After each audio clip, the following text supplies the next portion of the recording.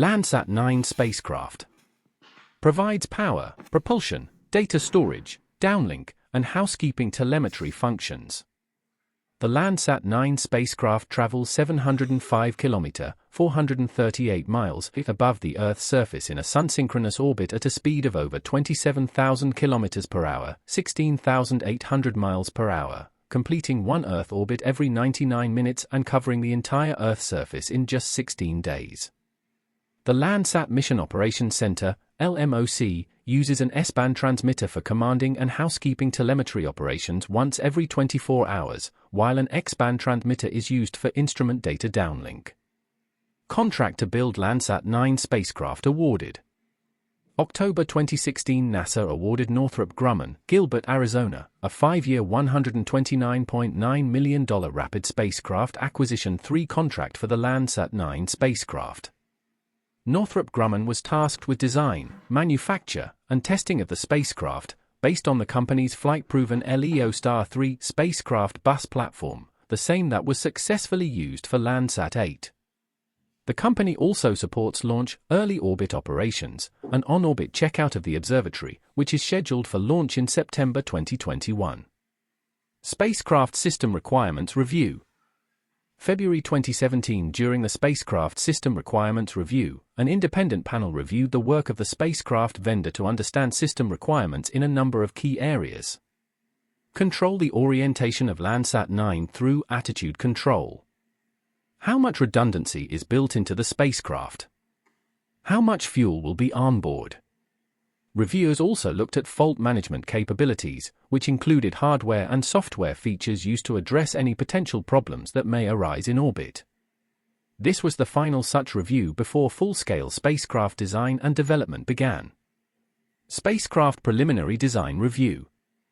July 2017. The preliminary design review concluded that the Landsat 9 spacecraft was on track, meeting all of the system and schedule requirements needed for the mission's targeted launch date. Northrop Grumman is responsible for the spacecraft design, manufacture, and testing, as well as the integration of Landsat 9's 2 instruments, the Operational Land Imager 2 and the Thermal Infrared Sensor 2.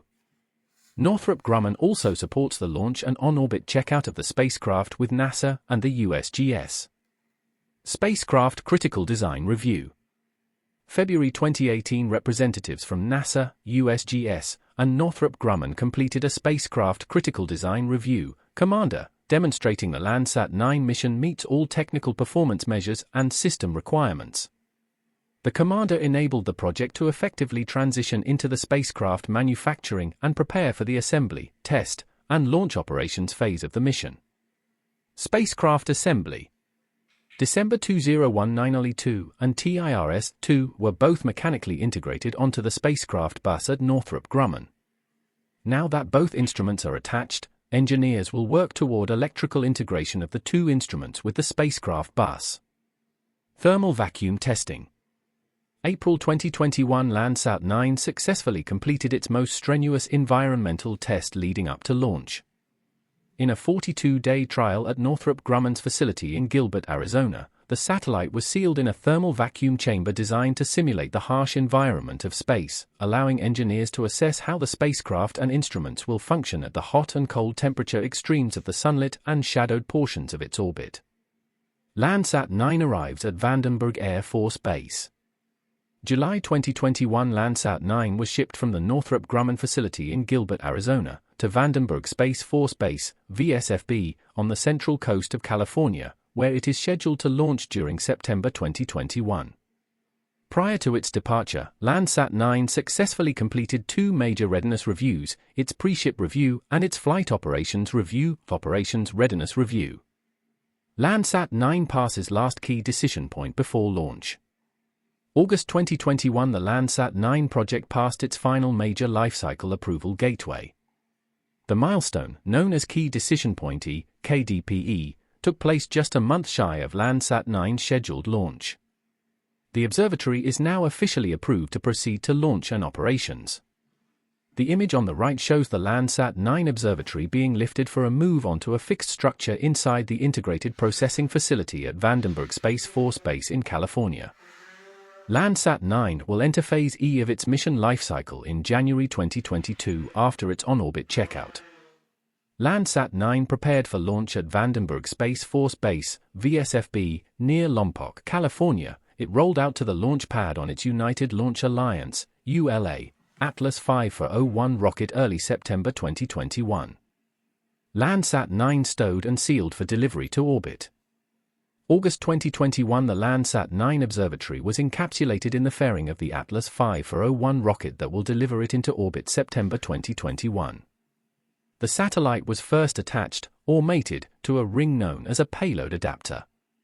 The satellite and adapter were then lifted and stacked on top of the L9 ESPA flight system, EFS, secondary payload that will launch underneath the Landsat 9 satellite to deploy for small SATS after the launch vehicle first releases the Landsat 9 satellite in orbit. Engineers from Northrop Grumman, the observatory fabricator, and United Launch Alliance, the rocket fabricator, conducted the stacking of the payloads at Vandenberg Space Force Base near Lompoc, California. The mated satellite stack was then sealed in the 4-meter aluminum rocket nosecone that will protect Landsat 9 as it makes its way into low Earth orbit. The atmosphere and even specks of dust can be detrimental to a satellite when encountered at rocket speed, so a fairing is an essential element of a launch vehicle. Landsat launched September 27, 2021. Once above the atmosphere, the Landsat 9 observatory emerged from the fairing when the rocket's onboard computer initiated fairing jettison, approximately 4.5 minutes after launch. This entails cutting of the frangible bolts that connect the fairing halves and then forcibly pushing apart the halves with strong springs. The loose fairing halves, having done their job, fell back toward Earth and burned up in the atmosphere.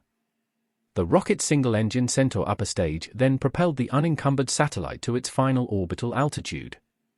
About 1 hour and 20 minutes after launch, the Centaur initiated separation of the Landsat 9 observatory from its payload adapter, the final step in the Landsat 9 launch sequence. The Centaur then made 2 engine burns to lower its orbit approximately 100 kilometers in altitude, initiated release of the small SATS from L9 EFS, and then performed a 4th engine burn to direct the Centaur into the atmosphere over the Pacific Ocean.